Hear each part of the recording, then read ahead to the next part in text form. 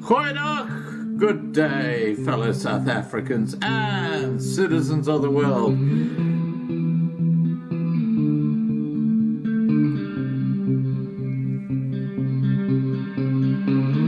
I've been looking around for salvation. I've been looking around for the truth. All around me I see frustration, and I looked all over till I found you. I sit and listen to your stories,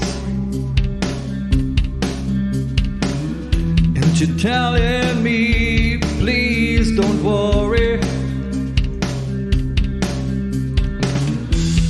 Lot in this world you should know, and love in life is where you should go. If you're looking for somewhere to go, if you're looking for someone to know,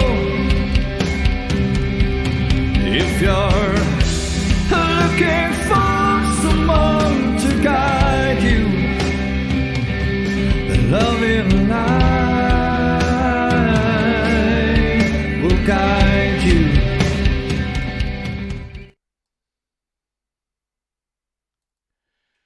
Goeienaand, good evening, fellow South Africans and citizens of the world, and welcome to tonight's live stream. And tonight we're going to be talking politics.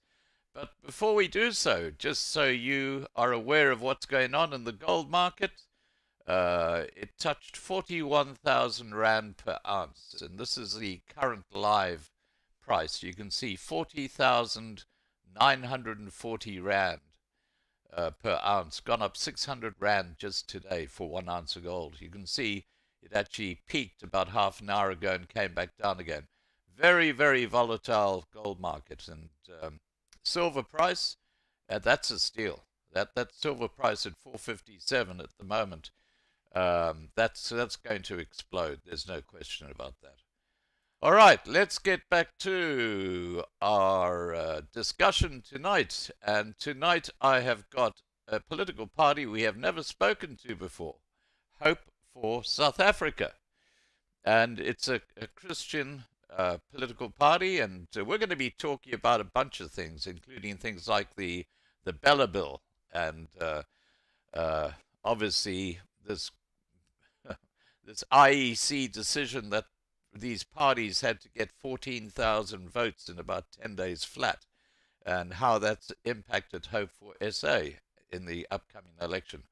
Alrighty, let's get the show on the road, and here we go. Oh, by the way, I've got 3 guests tonight. I've got John Mathuhle, I've got Dianne Rogers, and I've got Gerrie. Here we go. I'm just waiting for them to kick in. Hi, John. Hi, Dianne. Hi. Hi, Scott. How are you guys?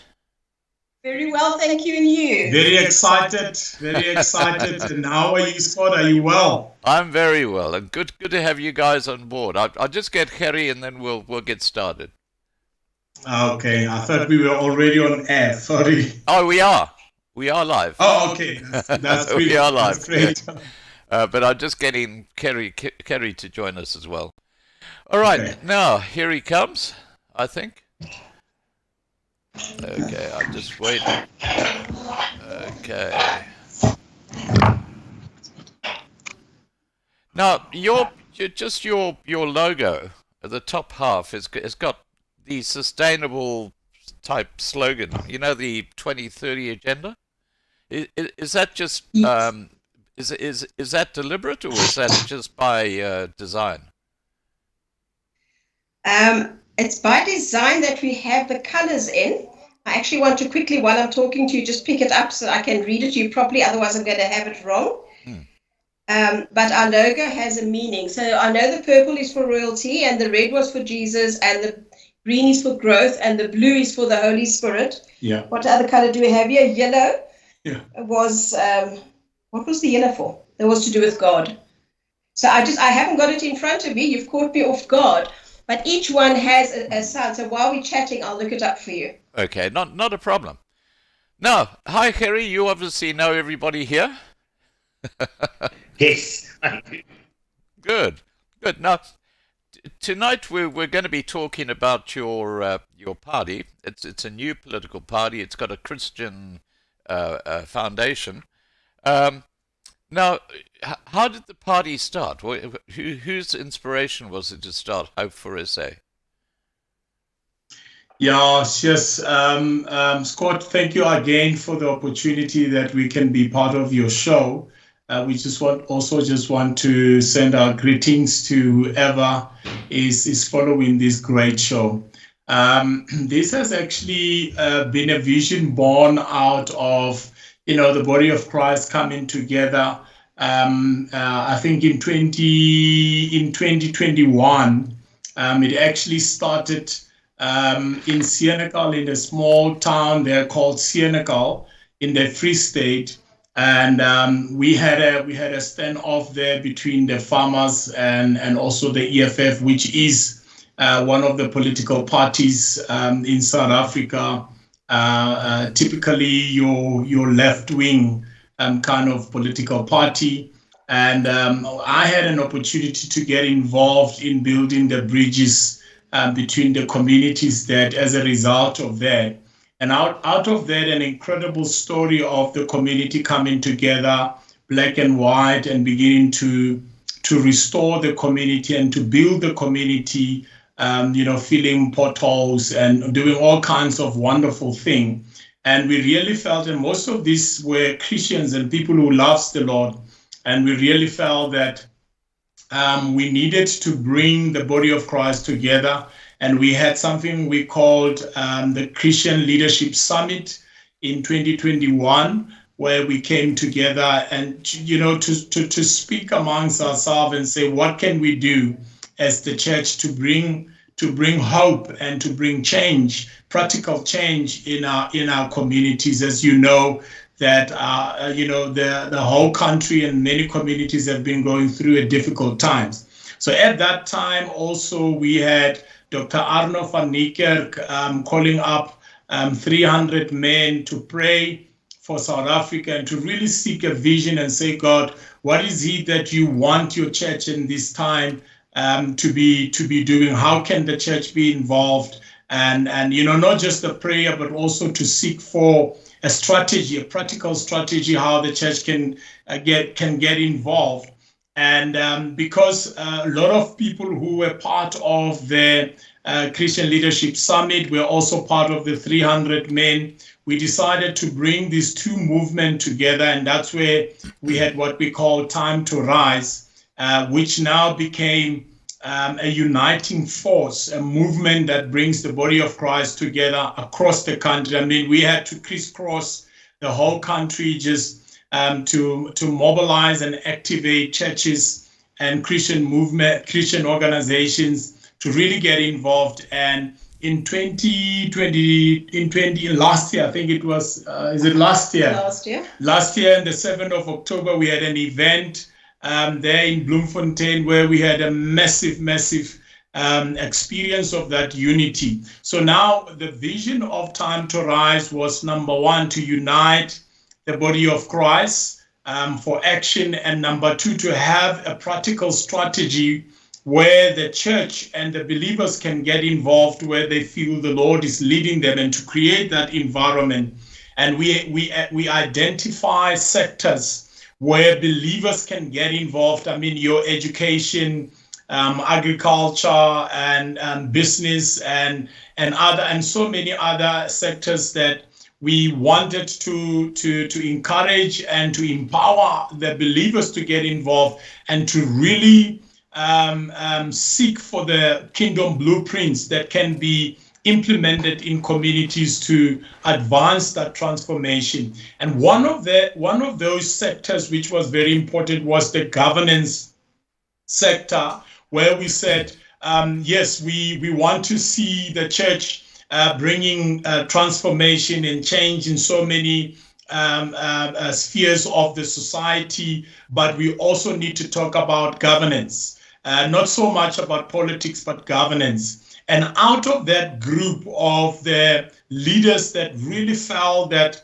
the Lord has impressed upon them, and there's a governmental mantle upon them, out of that group, they came out, and then we prayed about, because we started accumulating and collecting all these blueprints. And the question was, now, what do you do with all of these blueprints that you have for governance? Because the Lord has really clearly said to us, there's a need for a new wine scheme for the new wine, and that wine being the move of God and the revival in South Africa, that will bring not only spiritual impact, but also reformation, and even reformation of systems and system of government.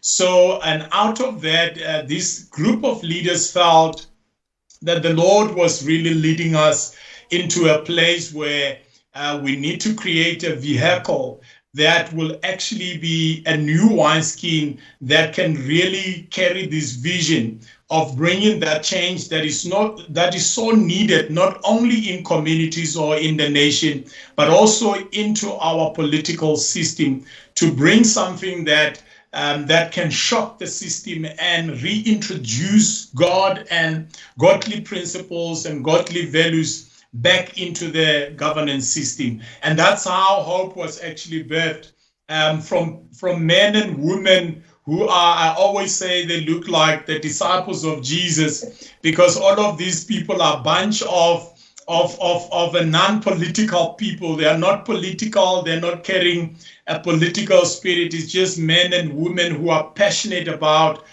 what God is doing in the nation, but also who love dearly this nation. And then the name Hope was actually a name that resonates with what God was already doing, giving hope to a hopeless nation such as ours, because for a long time, for 30 years, this nation has been going through a lot of brokenness, and hope that we had in 1994. It seems like it has dwindled away, and the enemy has snatched it out of the nation. And we really felt that the Lord was on a mission to bring that hope, but he's looking for people that can actually be that hope, not only to bring hope, but to be that hope, as the Bible says, Christ in us, the hope of glory. And so we are so excited, and I'm sorry that I had to give a long explanation, but it was very important just to give a context, Scott. Yeah, no, look, that's great. It gives us a lot of background to your party, and good luck with that. Now, I saw, Dianne, you were motioning as if you wanted to add something. Is there something you'd like to say? No, I was just sitting here. I looked up the meanings for you just to make sure, and I did give them to you right. So the purple is for royalty, representing Almighty God. The yellow is the glory of God. The red, the Son of God, Jesus Christ. The blue represents the Holy Spirit. And the green is the growing together as a nation in Christ, practically and spiritually. So that just gives you the colors. Right. Okay, so it's got nothing to do with the 2030 Sustainable Development Goals, which is great to know. Okay. No. Okay, it's just coincidental. No. Yeah, we get those questions a lot, Scott, and that's why we have everything written down, and people can access this also on our website, just to make sure that we are not one of the funny groups as well. Right. Now, Gerrie, is there something you'd like to say just to regarding the party, how you got involved? I am a chartered accountant of trade, and I also studied theology many years ago, and I've always had this passion towards righteousness. And when you read verses like Proverbs 29 verse 2 that says, when the righteous are in authority, the people rejoice, but when the wicked are in authority and people mourn. Those things always stirred my heart. Yeah. And over the years, our Father gives you these strategies, like John mentioned, the blueprints on how he designed certain things and how we need to return to that. So it's always been a burning passion, and I knew at some or other time God was going to move me into that sphere after equipping us all for so many years. So it's always been a passion. Like John said, not politics, but to see righteousness, accountability, transparency, integrity return to government in South Africa, because we desperately need that. Right. Well, it's a bit of an oxymoron when we talk about politics and religion in the same sentence, because politics is such a dirty, dirty game. And, you know, you just have to go no further than the ANC government to see how terrible it can be. Now, you guys had a pretty traumatic week, because the IEC came out suddenly and said, okay, if you want to participate in the vote this year, you've got to get 14,000 votes. And for the smaller parties, that's no simple task. So tell me about your week scrambling to get all these votes together. Dianne, over to you. Well, it was an amazing week, and just so you know, the context is Gerrie's office runs as our head office as well. So we were a head office of buzzing bees for a week. Of course, when we first heard it on Thursday, we saw the mammoth task ahead of us, but we also know that we serve an amazing God. So we decided, boots and all, across the finish line we will go. We brought in 10 extra ladies, plus the ladies in the office. Gerrie and I rolled up our sleeves, and everybody else who could help. And all the guys on the ground went out daily to look for signatures, and we worked. And that continued, as you know, right through the week and sometimes late into the night. But I think crunch time for us, of course, was yesterday when we started seeing where do we want to go and where are we going. We knew by the end of yesterday that we had enough to contend for the national, which was our main goal, because we believe that, maybe I shouldn't say this on TV, but when you want to kill a snake, you just take its head off. So I'm rather plain in the way I speak, but we need to go to the national if we want to change and bring in the godly values. So we were very happy with that. But I need to add that to get valid votes with the IEC, we had to put in over 24,000 to only get 14 valid. And we question mark that a little bit, but we didn't have time to argue that fact. So, yes. You had to put in 24,000 pieces or supporters, not 14,000. Why? No, to get 14 valid. They just kept invalidating and say, and it doesn't quite add up to us. Of course, there would be some that gave their signatures or their IDs incorrect, or they weren't registered, but it doesn't add up. The equations aren't good, because we had the same in the provinces. But here's the success story. Is with 7 minutes to go, we got in all the funds we need for the election. We made the national. We made the Northern Cape provincial, we made the Gauteng provincial, and of course in hitting the national we also opened up all the regions, which means that we can continue, because in 2026 we'll have municipal elections, and we know that God's going to give us footholds into those other provinces. So we are extremely tired and extremely excited tonight. Oh, well, congratulations, guys. I mean, that's fantastic. And I know that Neil de Beer has been very active on social media, trying to rally the troops for the UIM. On Tuesday, he only had, I think, 6,000 supporters signed on, and he needed 8,000. I don't know how he's gone, but I know yesterday he was still a lot short. So I'm not sure. I do know that he made the national, Scott. He did make the national. Okay. He did. I think only the national, but they made the national. I heard this afternoon while I was buzzing around. Because I believe that the Western Cape was one that he was targeting as well, but I don't think he got there. Now, no, I don't think so. What happened to some smaller parties, like, for example, Spectrum? Do you know if they got up? I think a lot of the smaller parties, we'll only know which now as we look in this week. Yeah. A lot of them did just give up right from the get-go. They said they just can't, they cannot get there. Sorry, John? No, I said they thought it was impossible to Yes. the timing, yeah. Yeah, so they gave up before they even started. So very few came through. But I know that, as I said, Neil's party, UIM, came through on national, and Rise South Africa came through at all spheres. So we're very proud of them. They're a young bunch. Yeah. And so that's very exciting. And they are also a godly party. They're also a Christian-based party with godly values and godly governance. So those are the ones we know of so far. Right. Okay, so some of the smaller parties did make it, because to me this whole thing by the IEC was a very cynical move to try and reduce the number of parties who were actually competing in the election. That's what it seemed to like me. But anyway, you guys got there. That's the main thing. Now, the big news at the moment, of course, is this disgusting bill, this Basic Education Amendment Bill, which we've actually got a link to the actual bill, the entire document, on our forum on Loving Life TV.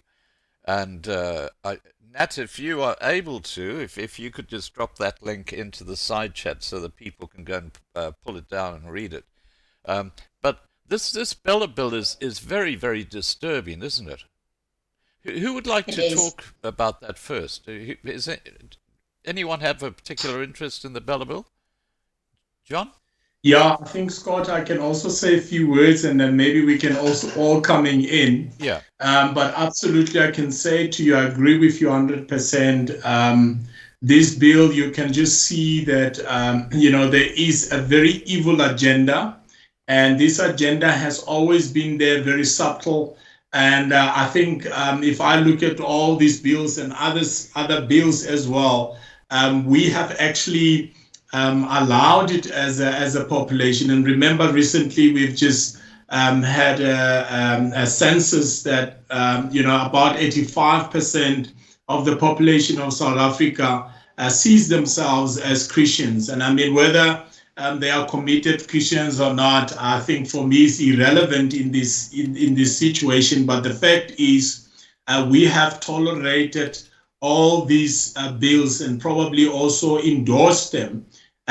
This bill is like, a baby from hell, trying to take the responsibility from the parents, disempowering the parents.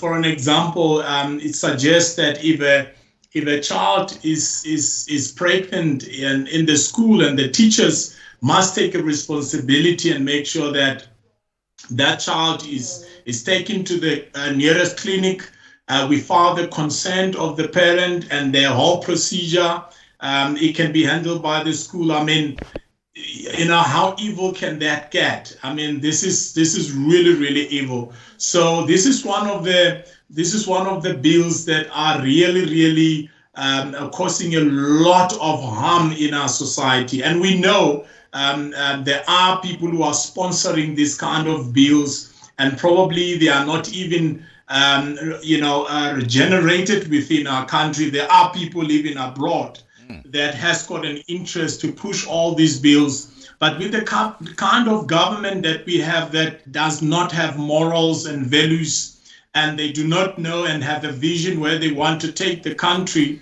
all they care about is grants that are coming through and money and some of those opportunities that don't even reach our people, a simple man on the street.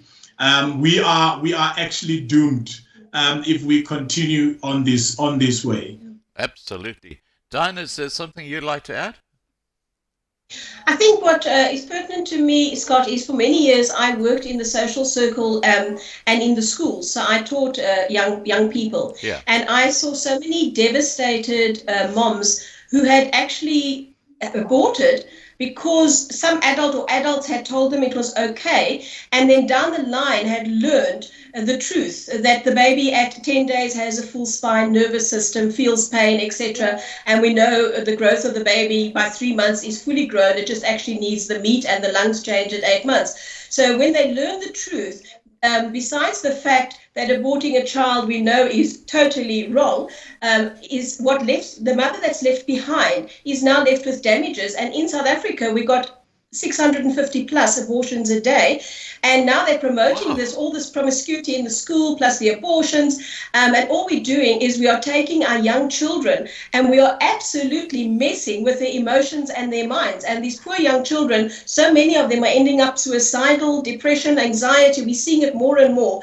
So this is really a tactic of the evil side of the world, or Satan, if you would like to call it as that. It's a tactic to just destroy our young generation. So I'm very passionate about that bill being totally destroyed and stopped. And as you know, I sent a letter to the school at your request, or at your PA's request. Yeah. Well, look, I'm going to actually share that letter with everybody while we talk. And I just want to say that, it is very disturbing when you have this school. It was Randburg, wasn't it? Dianne? I think so. I think that's the area. I think it was Randburg. But this is your letter to Mark Gotteling about the gender swap day that they were promoting. Well, they were actually saying that boys had to come dressed as girls and girls had to come dressed as boys on that day. That is just absolutely ridiculous. Yeah. I think when we were youngsters, it was fine to play dress up. We all did that. Yeah. But we never called it gender swapping. And they they labeled it as gender swap day. Yeah, well, I had a live stream on Wednesday with Laurie, a lovely young lady who's sort of in IT. And we touched on this while we were, having our live stream. And she said, Scott, when I was about 6 or 7, and this is quite common among girls, she said I was a tomboy. I used to play with the boys. I used to push little cars around. I'd climb trees. I'd do the sort of things that little boys do because it was part of my growing up. And then, of course, I moved back to being far more feminine as I became a teenager and so on. But it's at that tomboy age that they're now pushing the agenda in the schools that if you associate with boys, then you are naturally a boy, you're not a girl. And then they're bringing in puberty blockers and all these sort of things. It's absolutely, it's child abuse, isn't it? Yeah, the children are going through identity crisis if you look at it from a psychology point of view at that stage. Yeah. And so they need stable foundations, and when they don't have it, they get messed up. Yeah. Well, what are your anything you'd like to add to this discussion on the Bella Bill, Gerrie? I think just some good news on that is that the last month or so, they were voting in different communities. They were voting for the Bella Bill because I think the tactic of the current government is not informing the people properly. Because 90% of the people don't really know what the Bella Bill is for. They are told all sorts of nonsense. They're not told half or 80% is kept away from them. Now, we probably have a responsibility to look at it, but who in their right mind, as a family member, just goes onto a website and reads the Bella Bill? So they're not informed. So the good news was, hashtag Hope4SA followed them like a tail follows a dog. Wherever they went, we were there with our team or with a team in that community. And whenever they gave an opportunity, we stood up, we spoke, we explained to the parents. And I must say, I know of one site that the ANC pushed it through. All the other sites, the votes against it won by far, like let's say like 150 to 3. The votes were because the people were informed, and we made sure that we send the spokesmen and spokeswomen to these places to say, listen, if you get an opportunity, because they have to give an opportunity to speak, take the mic and explain what it really does to parenthood, what it does. And like John said, it's absolutely from the pit of hell. And when people realize that, they just voted against it. And in some places, chaos broke out because they refused to vote. They actually dismissed the meeting because they refused to vote, because there was like almost a rebellion in the meeting against the people from the ANC. That happened at Uppington. Correct. Yes. Yeah, they pulled the vote there. Now, look, I just want to tell you what disturbs me even more about this whole thing with the Bella Bill, is that it's basically the same thing as what they call comprehensive sex education in the USA. So what you've actually got being rolled out, not just in South Africa, but around the world, including here in Australia, is an agenda of the World Economic Forum. This is not something that's happening spontaneously in South Africa and Australia and Canada and the USA. This is a planned agenda item for the one world government to undermine our society, undermine our community, and undermine families. So this is an agenda. It's not for the goodwill of our children. So it's very, very disturbing. And the area that really, really worries me is the private schools, because you can imagine, I went to a school called Cornwallis when I was 6 years old. They're going to start teaching boys. This is an all-boys school. They're going to start teaching boys at the age of 6 or 7 at boarding schools about sex. Now, they live in dormitories. Okay, now boys are inquisitive. You start saying to them, hey, you might be a girl, you might actually not be a boy because of this, that, and the other. Now, can you imagine what would happen in a dormitory, an all-boys dormitory, where one of those boys suddenly says, well, I actually feel that I'm a girl, so I'm going to be a girl from now on. What happens there? What goes on there? I mean, this is absolutely ridiculous. Any No, thoughts? definitely. Yeah, go, John. Yeah, definitely, Scott. You can already see that every foundation that is natural, that is godly built, you can see there is an agenda to uproot that, to uproot the family, the foundation of the family, the identity of even these young people. So absolutely, you can see there is an agenda, is a woke agenda, which is one of the weapons that the one world order architects using to change and to uproot all these good foundations that we have, societies and nations have actually been built on. And the way they're introducing it even through, they're hiding it behind the human rights and all these other bodies. And that's why the education is so important, that we cannot afford to be silent, Scott. We cannot afford to be silent, especially those that knows the truth, that we can see this is a demonic spirit.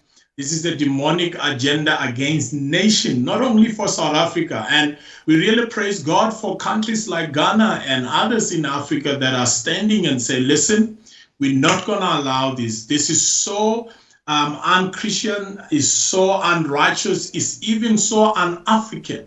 So, and I think South Africa now, we have that opportunity to stand up. At least you still have a constitution that you can also stand on, that protects the expression of opinions and so on. And I know there's also a hate bill that they're bringing in to try to silence, any voice that it is descending against all this nonsense.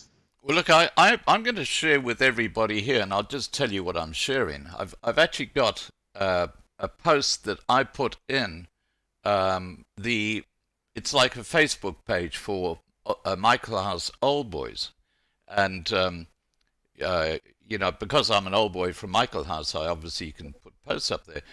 I'll just read to you what I say in this post. I'm not sure how long I, as a very concerned old boy, 69 years old, will be allowed to post here. I cannot remain silent about the Bella Bill, which will impact all schools in South Africa and include comprehensive sex education being taught to children as young as 7 years old. For example, Cornwallis in Pietermaritzburg. I must state that my last post on the Bella Bill, that was on this same forum, with the video link, was removed by the OM admin here within hours. They actually took it down. Following its removal, I was copied into an email, and I responded with my comments regarding the impact this bill will have on the South African family, let alone the foundation of our Christian values. I did not get a response to the email that I sent out.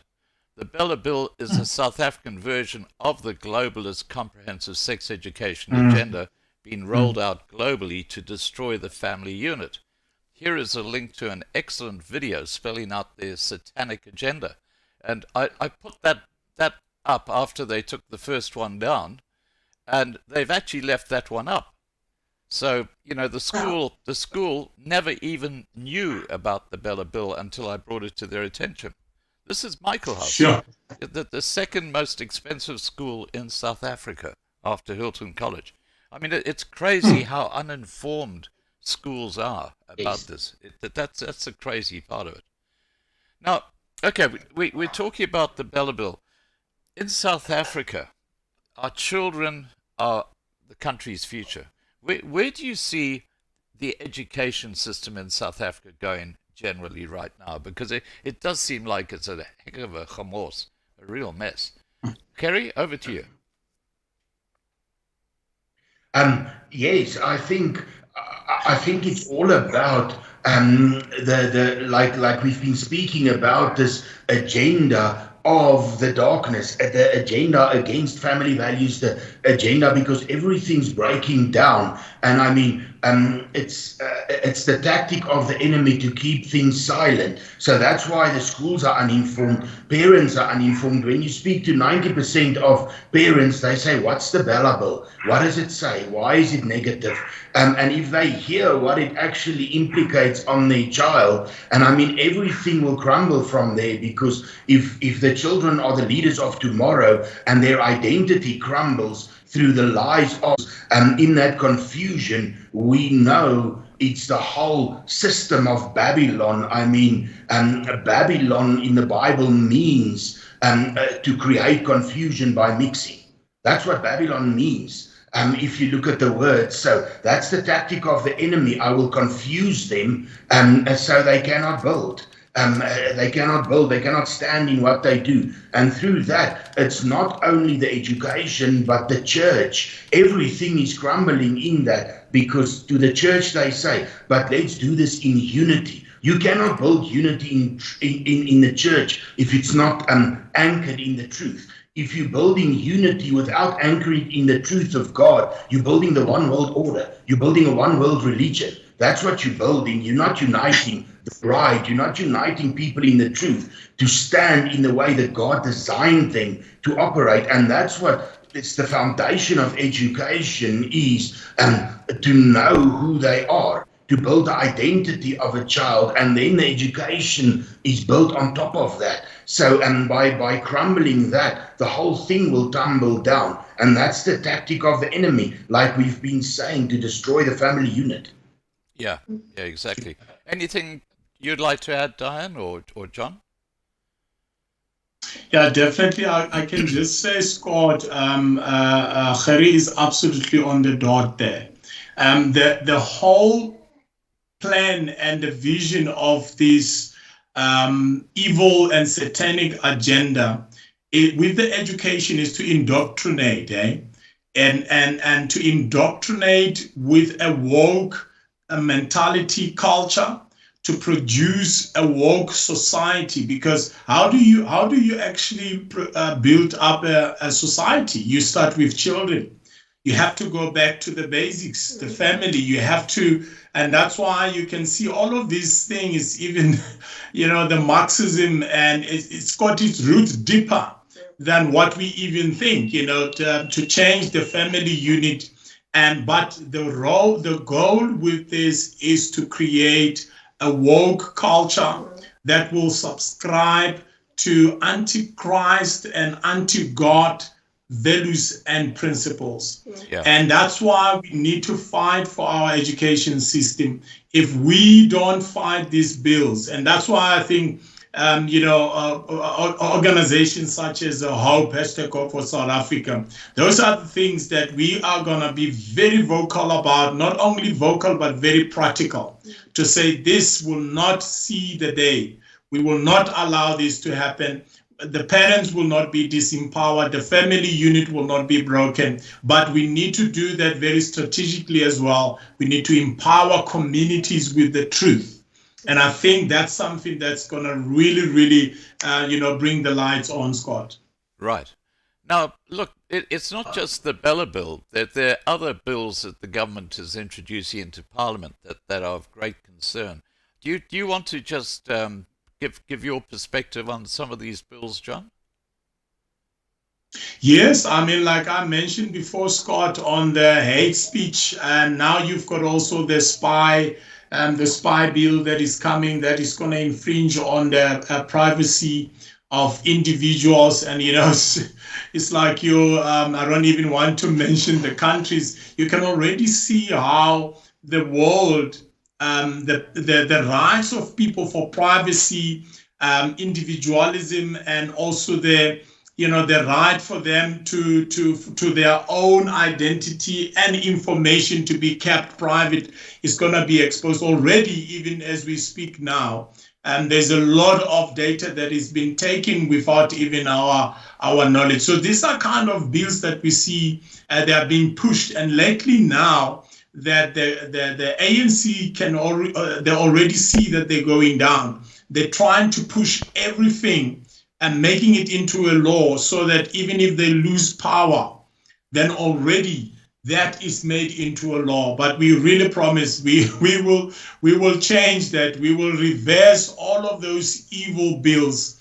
And that is the pledge that we have made to ourselves and to God, but also to the nation, that all of these anti-God bills, we will make sure that we find them, Scott. Right. Dianne, is there something you'd like to add? No, I just want to, both what Gerrie said and John, just came back to the social fabric, because that, to build a society, we need a solid social fabric. Yeah. And both the Bible and science agree that the foundation of any human being is being self-aware, knowing who we are in Christ and what our purpose is, why God created us. So when that's taken away, we've shattered that foundation completely, and we're sitting with a mess. So we will have to start. We've got to have that bottom-up approach as well as changing the laws from the top. And at that pace, we'll be able to change the socio-economic temperature in South Africa. And we believe we can really, really do that and make a difference, that South Africa can become an icon that the world can look at and say it can be done differently. And that's, the proof is in the pudding, and we're not blind to the fact that this will have to be a systematic, timeless change. The famous saying, how do you eat the elephant? One bite at a time. But we know it can be done. We have the resources, we have the people, we have the remnant that really understand godly principles, godly values from a devoted point of view, not spooky spiritual, but we understand God's principles. We understand the Bible and Jesus Christ. And so most of us sitting here have actually been through the fire one way or another. Yeah. So we've strengthened and we are ready to walk this battle. As I said, I think I said it the other day, was to lay down our lives was a choice we made for 5 months. We leave our families behind, we hardly sleep, but we're happy. We know we are part of something that is going to bring change at the end of May, and we are very, very excited about that. Right. Gerrie, anything you'd like to add? I think maybe just on the economic side, I see there's also bills that they're trying to pass that the government should now control all pension funds. Now, that's just because all the local municipalities are going bankrupt. So now they need other sources to fund all these wicked agendas. So now they want the pension funds to be under management. Can you imagine what will happen to people's pension funds that they've been working for 40 years? What will happen to those funds if the ANC were to manage that? That would be an absolute joke. and a catastrophe. So on an economic side, they're also trying to pass bills to feed those eating from the trough on other people's hard-earned money. Yeah. Well, look, I just want to add to that because I had a really interesting discussion with a fellow by the name of Jeff Corbinelli in July last year. And that live stream has had over 1 million views. It's actually up to over 1,100,000 views now. And the discussion was about pension funds. And there was a guy, I've forgotten what his name is now, but he passed away in the 1990s. Incredibly wealthy guy. And his pension fund was held by the PIC. And because of infighting with the family, the pension fund is, or his money is still tied up in the PIC, which is run by the South African government. And what they're doing, and this is was the whole basis of this live stream. What the ANC government are doing is they are taking the profits from dormant, what they call dormant pensions, where people have passed away and they're still at the PIC. They're taking the profits and they're using that to buy the shares for ANC politicians to facilitate this triple BEE.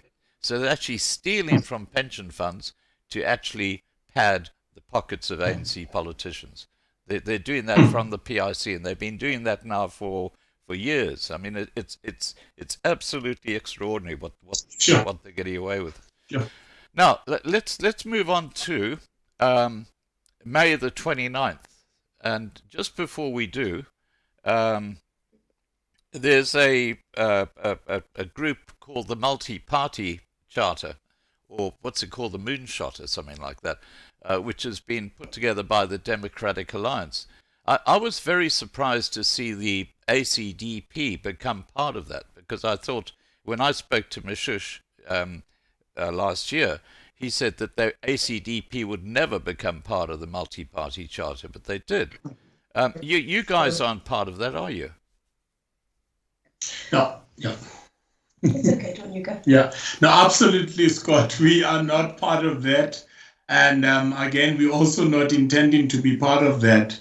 And that's why we have one accord that we are part of it as Hope for South Africa, that was facilitated by Time to Rise, to say how do we come together, because we also saw that in Parliament, if you don't have those people that you share common values and principles, it becomes difficult to have these collaborations or even coalition, because those coalition must be based on the values. You cannot be under one yoke with unbelievers, says the scriptures. So that's why for us, the one accord is very important, that we have to, and we are part of that with other political parties. Unfortunately, the other political parties won't be able to contest the national election.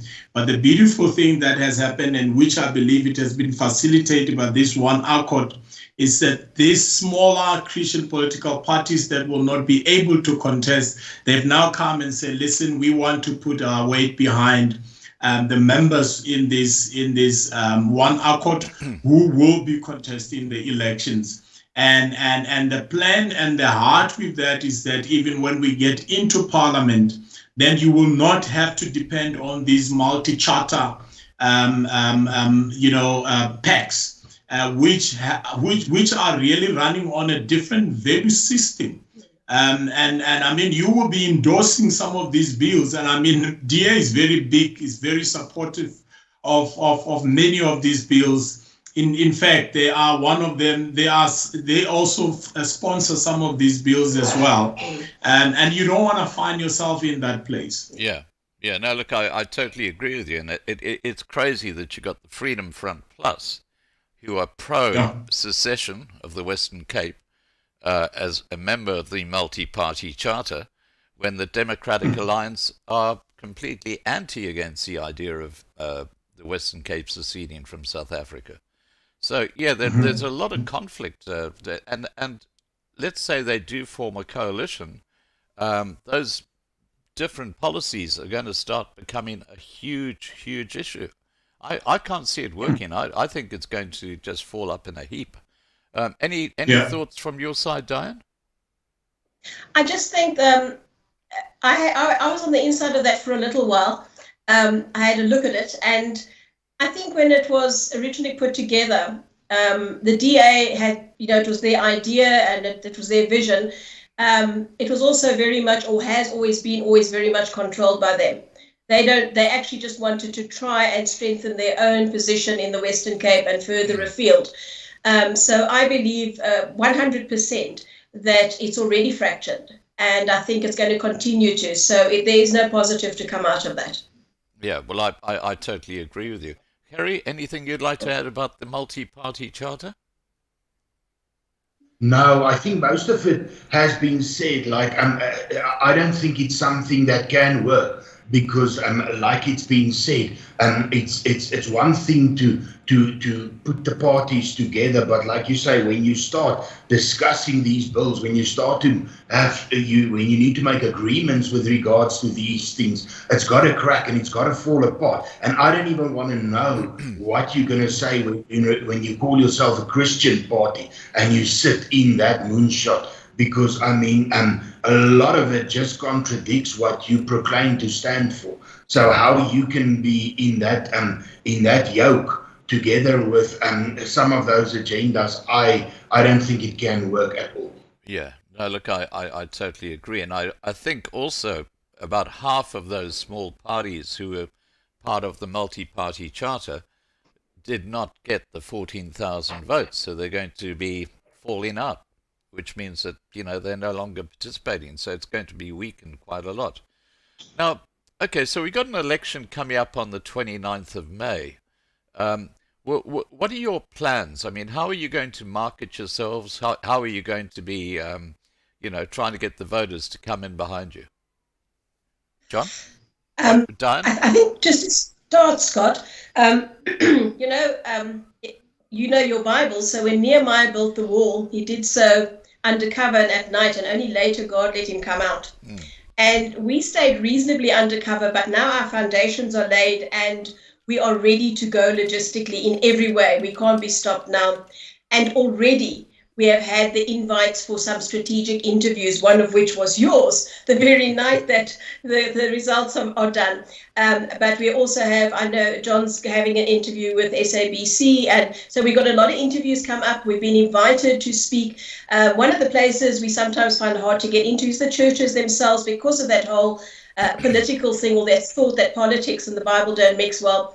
News flash is that in the 1800s, all our common law was written out of the Word of God, actually. So we just got to go back to our foundations to know that that's actually where we need to be. And so that's where we're going. And as the churches and the pastors come to realize that, we think we're going to have a lot more of them coming on board as well. And we believe that in a governance party, it has to be a big accountability between children of, the governance party themselves, but the church that should be serving the community. They each have a part to play. We should not be looking after feeding the hungry or looking after the sick. That's the church's responsibility. That we should empower the churches to do that. And the government must be worried about the laws of the country and the bigger things, the economy. So we want to bring that balance back. And we're very excited because now that we're ready to run, we will have the backing, because God so far has supplied our every need. And quite honestly, every one of them has been miraculous and right where we needed it. And we are really just going to go all out, especially Gauteng, which we've won, a northern province. But the whole of South Africa, we are going to be on the road and we are going to be talking to people. And we really believe what we've seen up to now, we didn't go out just looking for votes. We went out changing lives. So when we talk to people, we're more interested in where they're at and where they're going and how they are in their own self-awareness and that. And so because of that, if you win a man's heart, you'll win his vote anyhow. So why win his vote? We just win their hearts for God. And so that's our attitude. And as I said, there's nothing spooky about it. It's bringing reality and facts and evidence that shows people there's a better way that they can live, where they can be safe, where they can have security. You know, our godly and inalienable right says that we should have safety, security, and liberty. We're going to bring those things back. We know we can, and we're going to work towards that end and tirelessly until the 29th, and then I can celebrate on the 30th, which, by the way, will be my birthday. Oh, well, happy birthday for the 30th of May. Now, Thank you. I just want to raise something that to me is a huge issue, and it's going to happen in South Africa. And that is what's going on right now in Kenya. You know, the East African state near, just north of Tanganyika. It's actually between Sudan and Tanganyika. Kenya is introducing a digital ID, and it's actually been implemented by Bill Gates. Now, Bill Gates has been toddling over to Kenya. This is now official policy in Kenya. Every baby that is born in Kenya actually has to have, they don't get a birth certificate anymore, they get a digital ID. And what they do is they implant this device under the skin. So it's a mark of the beast. And this has been implemented, as I say, by Bill Gates. It's a fairly new development. And the policy now is that every baby that's born in Kenya gets this mark of the beast before they leave the hospital. And of course, that's going to then later on have the central bank digital currency and all the other stuff as well. But this is now actually being rolled out. What would you do in Parliament? Let's say you get a bunch of seats and the government say, "Oh, we're going to bring in a digital ID." What would your response be to that? Yeah, Scott, we really had to also discuss some of that and the effect of the technology and this tech that is coming through. As much as it's got actually two sides to it. It's got a good side where you can use to really uplift the nation and uplift the community and to bring really solutions. But we are also aware that, especially with the AI and all this high tech technology that is coming through, that is being used to control people and as I said before, to even infringe on the privacy of people. I mean, and that is something that we're gonna have to be very, very, very vigilant to. You don't want to stop development and innovations to take place in terms of technology, but we will not allow any technology that undermines the freedom of people and that actually turns people into subjects. And that's what we see is happening with all these technologies. And, it's like a Trojan horse. At the beginning, they say, it's going to solve this problem and it's going to help this. And, we're not going to have queues anymore. We need to have this. But then you see behind there's actually a motive to control populations. And we're going to have to be very, very vigilant. And that's why we're getting people who are very knowledgeable in this area. I mean, just the other day, I was having a meeting with one of the highly profile people in South Africa in terms of technology and this IT stuff. And he was just sharing with me, the horrible intentions and agendas that these people have with the IT.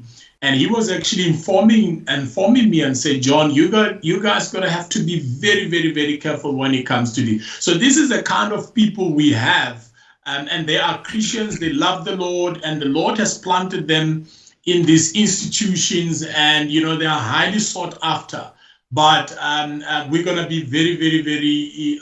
We're gonna really run a very tight process in allowing some of those technologies in. Yeah, well, look, I had this discussion, as I mentioned earlier, with Laurie James on Wednesday night, and she's very big in security and digital stuff.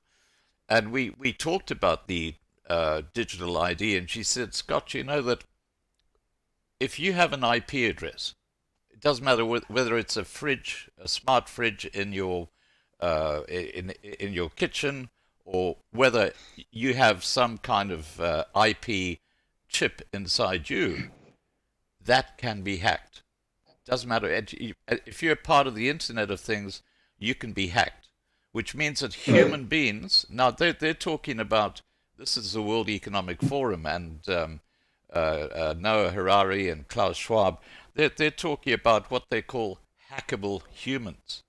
In other words, they can actually impact your thoughts, impact your brain, impact all this sort of stuff, just because you are hackable. This is a really dangerous area, isn't it, Gerrie, that we're moving into? Gerrie? Very dangerous. I think it's a worldwide thing, and I think we need to understand that if you look at the book of Revelation, it's going to happen. Because that's a prophecy. So it's moving towards that. I think our responsibility in that, in standing in government, in being children of God, is to inform people to realize that when technology is used, it can be beneficial. When it controls, it becomes a problem. Because when you use it, it can make you more effective. But this is way beyond this. This is a control mechanism, and we know it's all part of the one world order. We know it's all part of the Antichrist's agenda. We know all of this will happen, because otherwise prophecy in the Bible is wrong.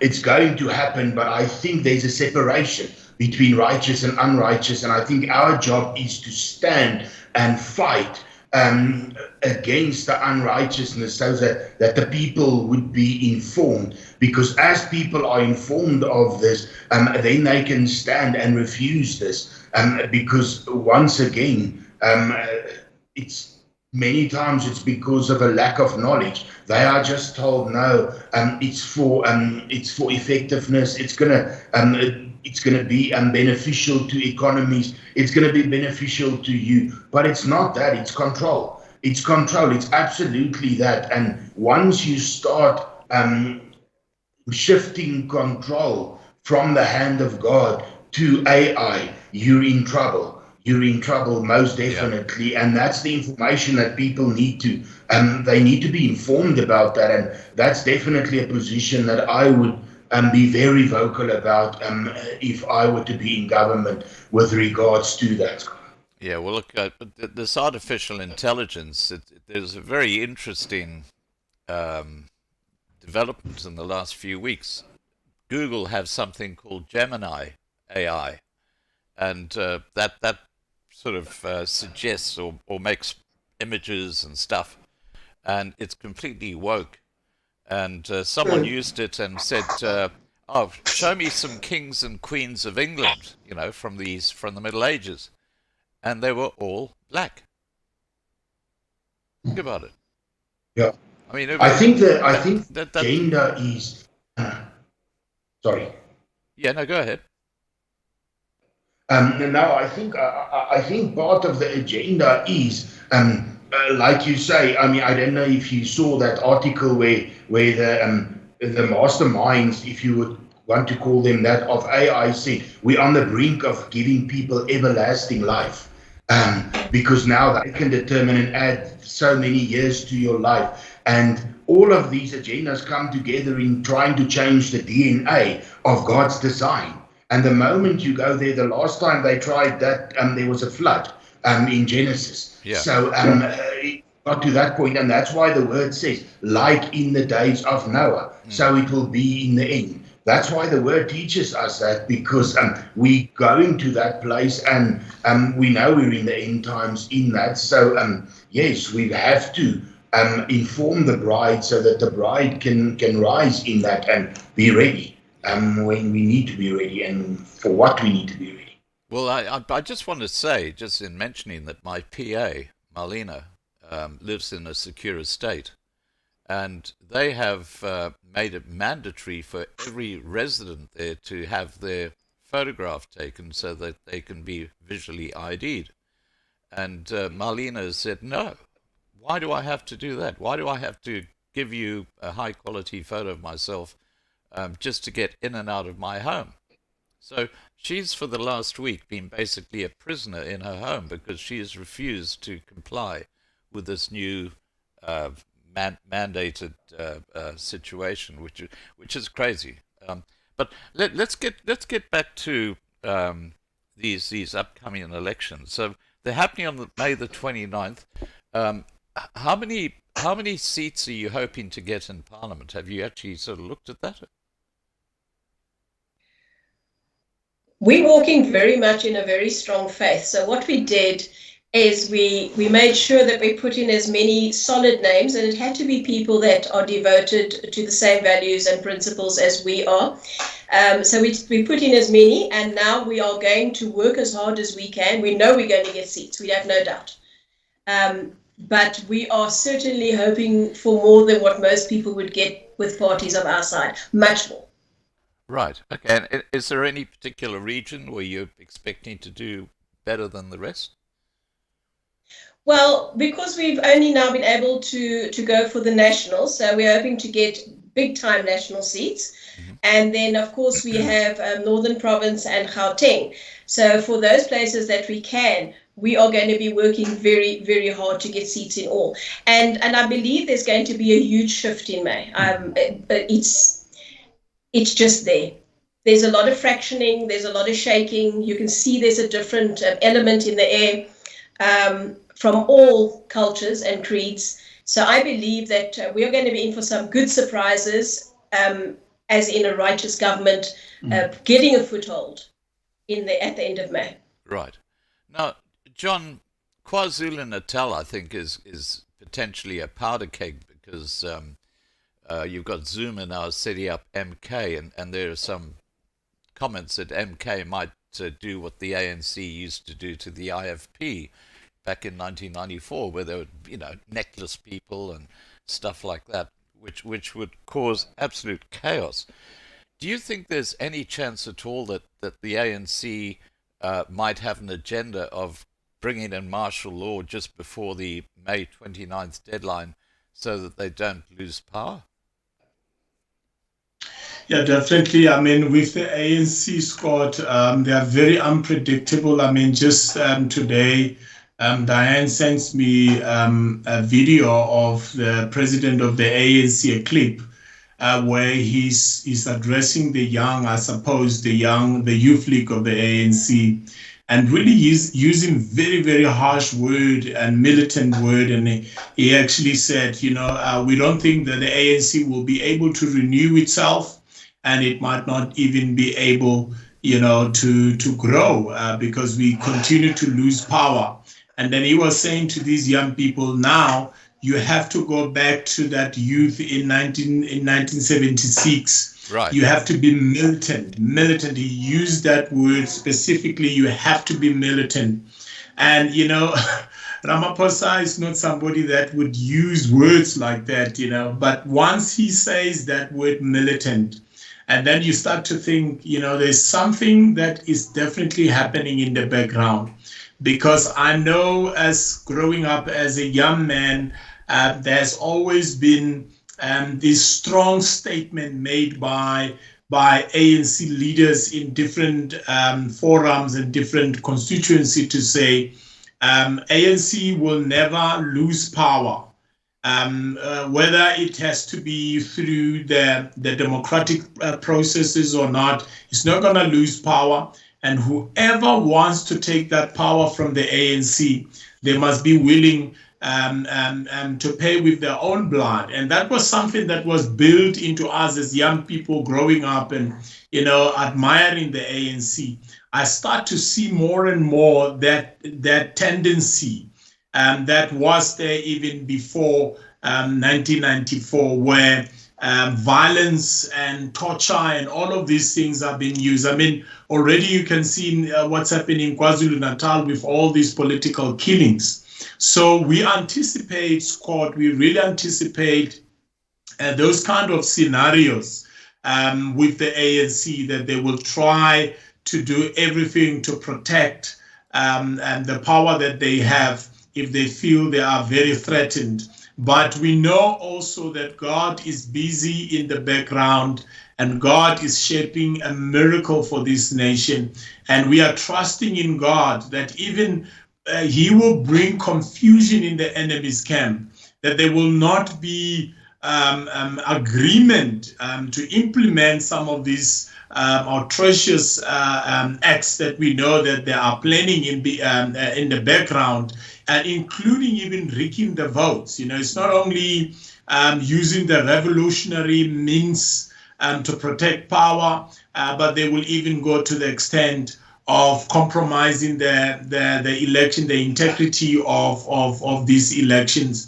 And we're really trusting God that God will give us a miracle. But the good story and the good part of it, again, is that we see more and more civil societies standing up and say we want to be the watchdogs over this election. And then more and more of them are applying what you called to be agents. To be not agents. There's actually a term for it, but sort of overseeing the election and make sure that they are fair, free and fair. And we've never had that in South Africa. It has always been one or two civil society that are even picked by the ANC themselves. But we see a lot of them now applying with the IEC and says, we want to be part of those that will make sure that the election runs well. So that is part of the miracle that we see that God is doing in the background and moving and stirring the hearts of people.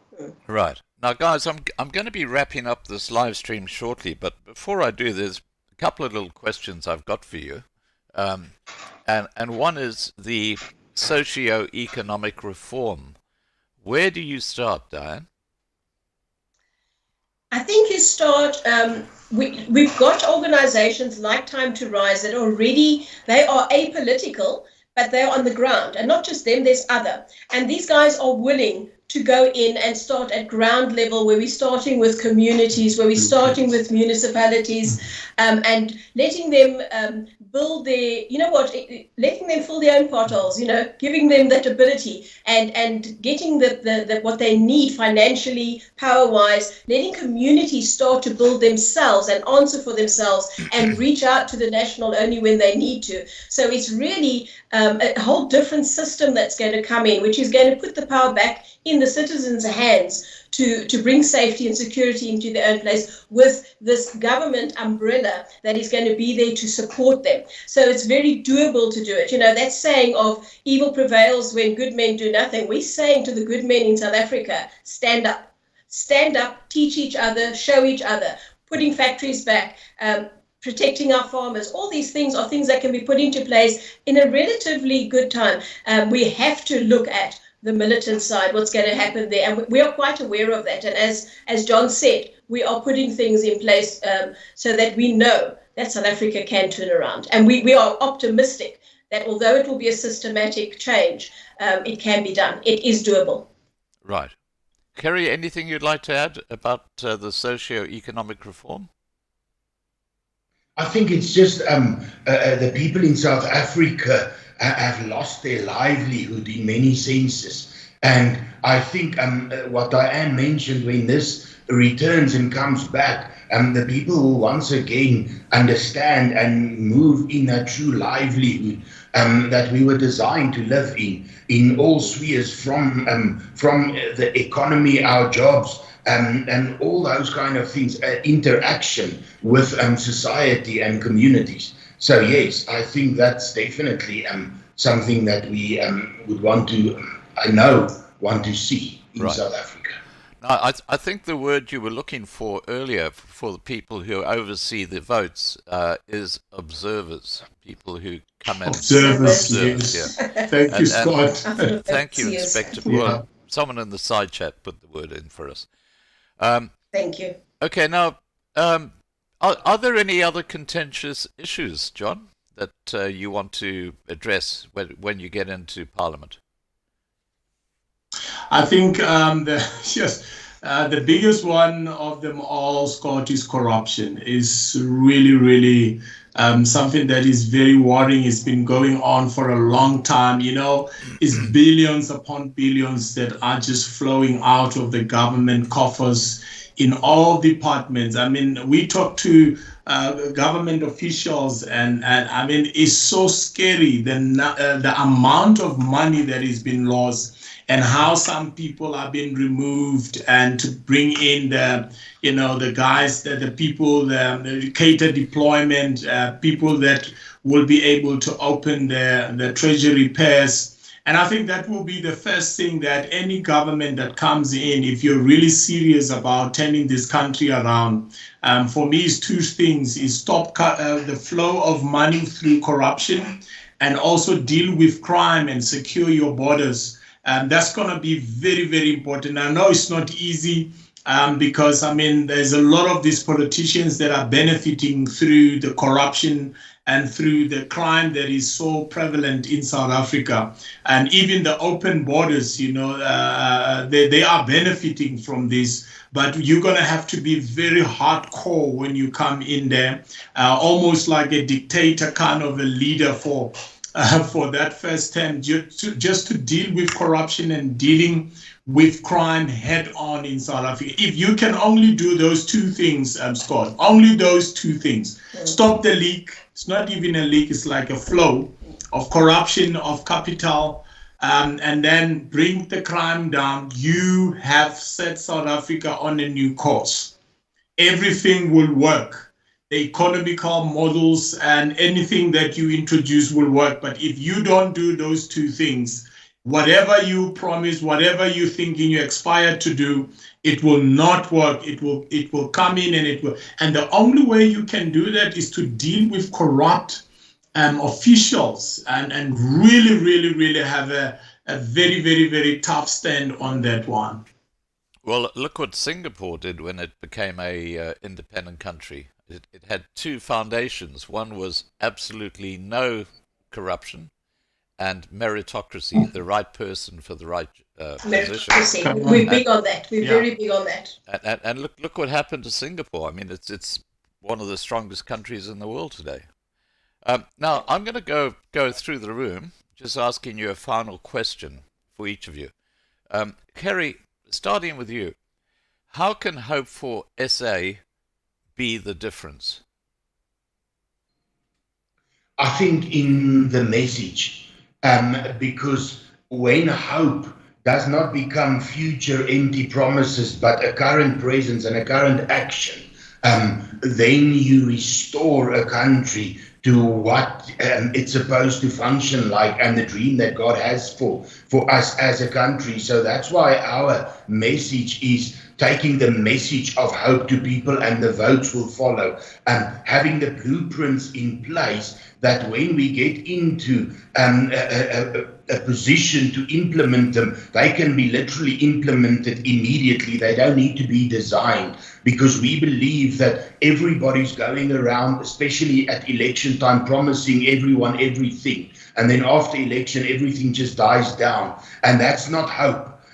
Because to speak that kind of hope is actually just to speak empty promises, and it will end up in an uncertainty and a doubt in the hearts of people. But if it's anchored in a current presence and already developed blueprint that can be implemented, that's our message that we need to take to the South Africans. Because I don't know whether you know, but you're probably very aware of that the biggest a number of votes in the previous election was the people who did not vote. It wasn't really the ANC, because people have lost hope. And even of the 37 million, the 24 that registered in the previous more or less election, only 18 million pitched up to vote, because people lose hope. And it's to bring that message back, and in that to activate that hope that's always been there.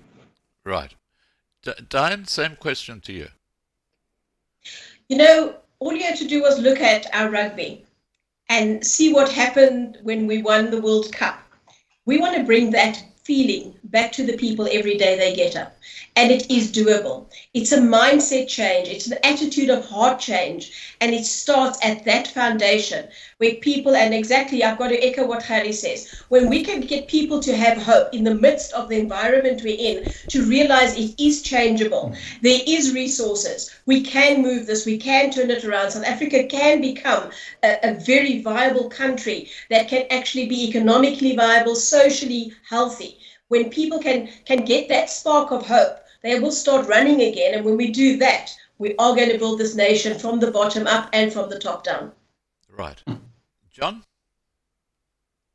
Yes, Scott. I always say what really differentiates us as Hope is that, number one, we are not politicians, but we are in a political field.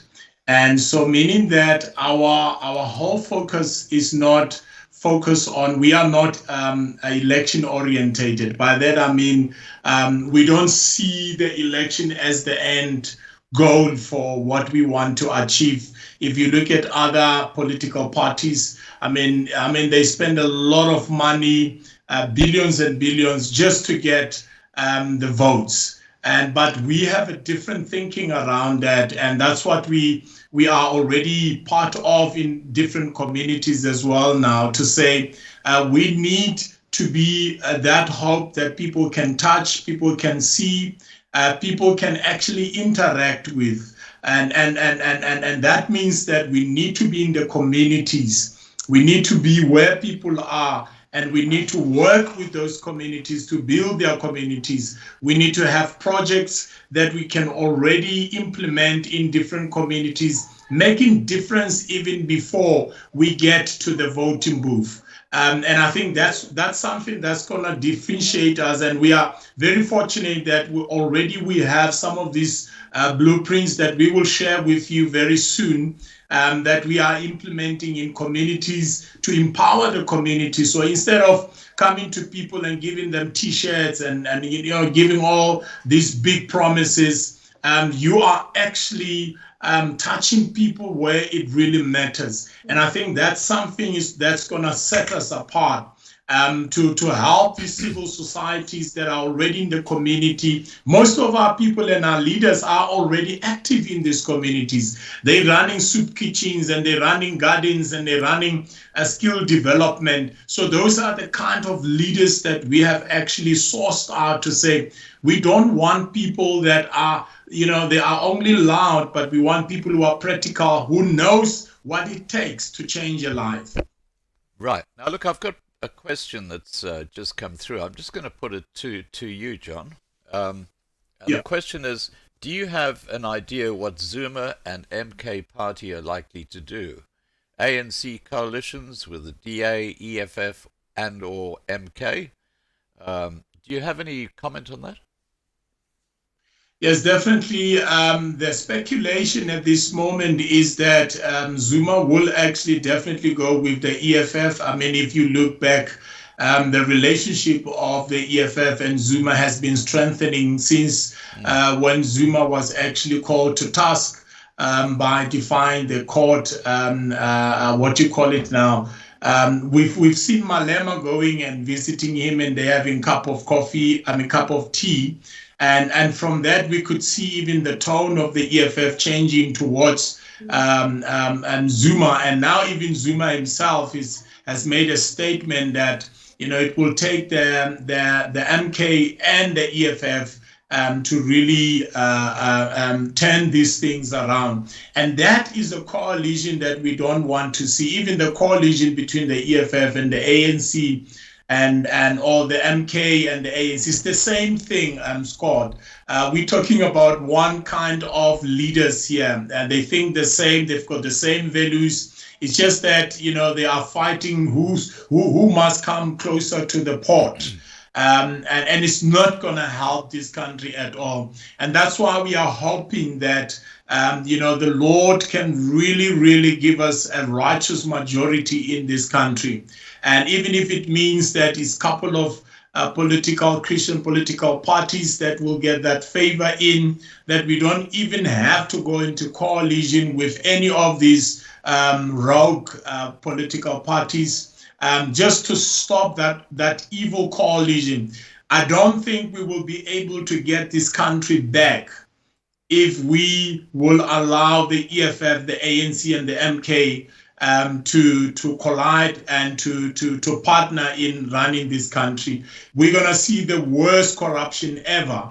Yeah. Because the Zuma and the Ismagashule, the only thing that they have is to get back close to the pot and to get their hands in the pot. And we know Malema as well. He's been crying. He's been, working very hard to get close to the power.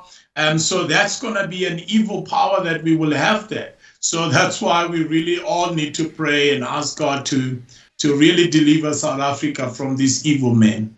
Right. Okay. I just want to thank you all for joining us tonight. And I think we've learned a lot about Hope4SA, and I hope you guys do really well in the election. It's good that there are parties in South Africa that have a Christian foundation, and I don't see how South Africa can survive without that becoming the bedrock of the future. But thank you, guys. It's been a great chat, and we will be following you with interest nearer the time. Thank you, Scott. Thank you very much. Thank you so much, Scott. We really appreciate the time. Scott. Okay. Take care, guys. Bye for now. Bye-bye. Bye. Okay, bye. All right, guys. That was the folk from Hope4SA, and it's always nice to find out what these new political parties are doing. I'm going to go out tonight with a relevant theme song. I think you'll enjoy this one. Take care, everybody. Have a great weekend, and I'll see you on Monday, 8 p.m. Johannesburg time.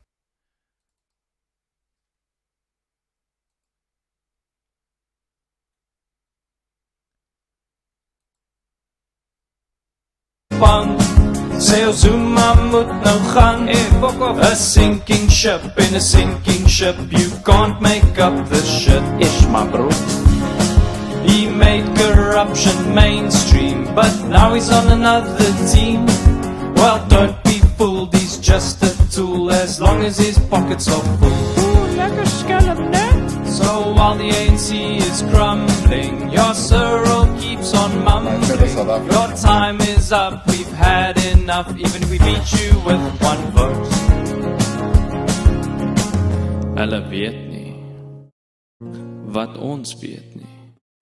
Maar as hulle nie weet nie, dan weet hulle nou.